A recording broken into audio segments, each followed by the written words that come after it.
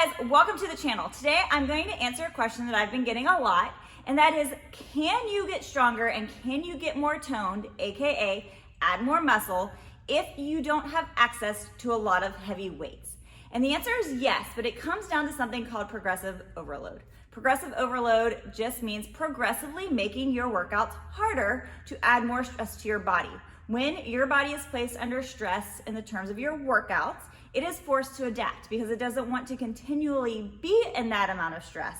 So what it does is it learns to adapt by becoming stronger and by adding more muscle mass so that the next time it's placed in that situation, it can handle it easier. If it becomes easier, that means that you're not going to see results. So you have to progressively make it harder and harder so that you progressively have to adapt over and over again. And it used to be this theory that in order to do it, you have to continuously add more weight, right? But what if you don't have more weight? More people are working out in their homes now than ever before, and so you don't have access to the weights that you would if you were going to the gym. So are you stuck? Are you never gonna add strength? Are you never gonna add more muscle to get more toned? The answer is absolutely not. There's several different ways to progressively overload your system without constantly adding more weight. And here's how you're gonna make that happen. But before I share, we do need to clear one thing up. The old way of thought, like when I first became a trainer, was that there were three main training states. The first one being completely strength-based. If you keep your reps at around 6 reps or lower, you're in this strength phase where you wouldn't add muscle mass, but you would force your muscles to get stronger. Then there was the hypertrophy phase, which was between 8 and 12 reps, where if you stayed in that rep zone, then you would add muscle. And then beyond that range, anything higher was considered working on your muscle endurance. But we now know that while those stages do exist, one doesn't mean you can't add muscle mass more than any other.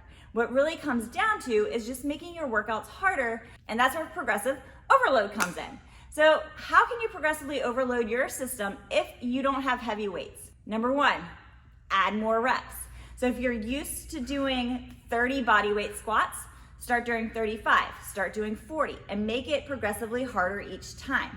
If you continuously do the same exercises for the same reps over and over and over again, your body is going to adjust, and what was once hard doesn't become hard any longer. It becomes easy, and you're going to stop seeing results. So you want to make sure that you're always changing things up.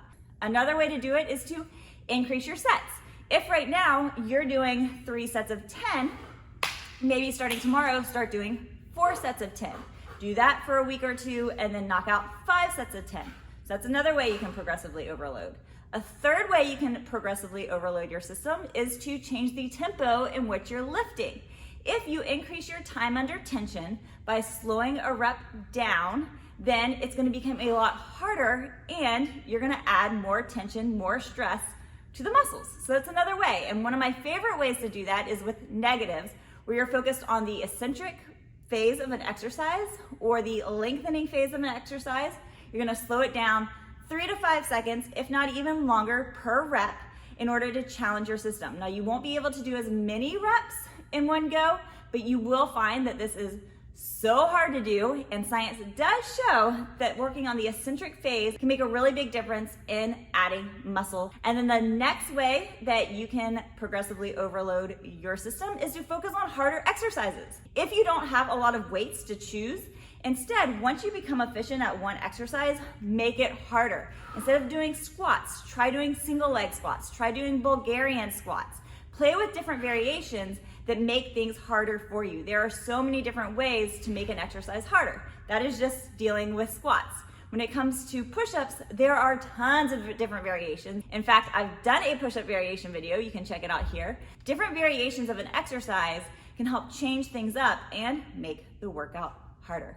That's what it all comes down to at the end, you guys. Making a workout harder in order to see the results that you want. And you do not have to continuously try to lift heavier and heavier weights, especially if you don't have access to it. And weights right now are so freaking expensive. Don't stress yourself out over it. Instead, implement these training rules into your workout program and you will get stronger. You will see your body tone up. You will see your muscles get a little bit bigger. Let's leave it here and just rest assured that if you are making your workouts harder, you are challenging yourself in every single workout, then you will get results.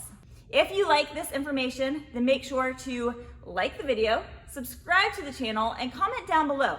What is your favorite squat video, and what is the heaviest weight that you have access to?